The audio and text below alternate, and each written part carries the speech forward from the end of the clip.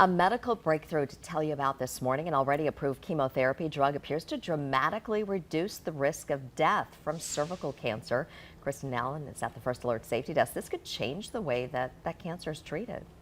Definitely, Tammy. The study was presented at a major medical conference. It followed 500 people, most of whom had locally advanced cervical cancer that had not yet spread to other parts of the body. Half of the patients were treated with chemoradiation, the current gold standard for treatment, according to researchers. The other half were given a combination therapy that included a pre-dose of chemotherapy before every session of chemoradiation. The study found the group that received the additional chemotherapy survived longer on average.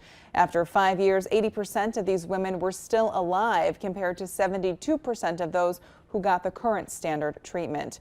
Researchers say that this new strategy of giving that early pre-dose of chemo plus the combination of chemo and radiation should become the new standard.